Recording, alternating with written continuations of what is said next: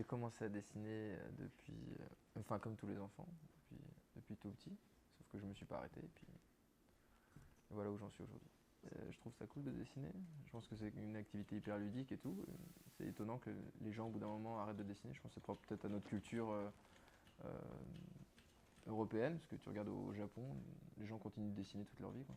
Niveau influence, j'ai bon, tout ce qui passait à la télé, dessins animés, j'ai quand même grandi dans les années 80-90. Et puis ensuite, il y avait comme la bibliothèque des parents, les bouquins de BD pour adultes, puisque mon père était aussi dans le dessin. J'ai pu voir un peu tous les illustrateurs américains, anglais, puis aussi après la peinture. Aussi. Mais donc j'ai vraiment bouffé de tout, puis on avait accès à la bibliothèque, accès avec toutes les VHS, toutes les cassettes. Donc on pouvait mettre n'importe quel film dans le magnétoscope, ça c'était quand même génial.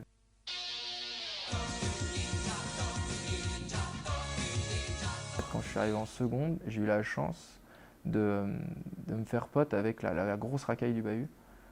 Et donc, parce que lui, il faisait des graphes, et moi, je faisais les personnages sur ces graphes. C'était vraiment ridicule, quoi. T'avais la grosse Kaira avec un petit gros à lunettes, avec des boutons, et qui faisait les graphes.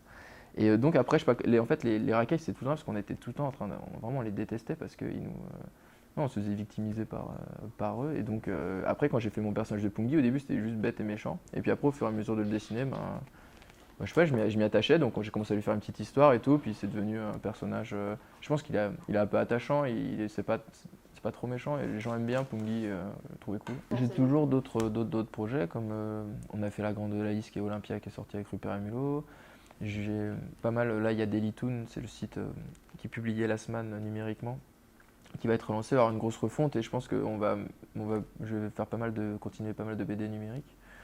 Que ce soit les strips de mon blog ou des choses comme ça, j'ai un petit peu dedans. Puis après, j'écris deux, trois choses.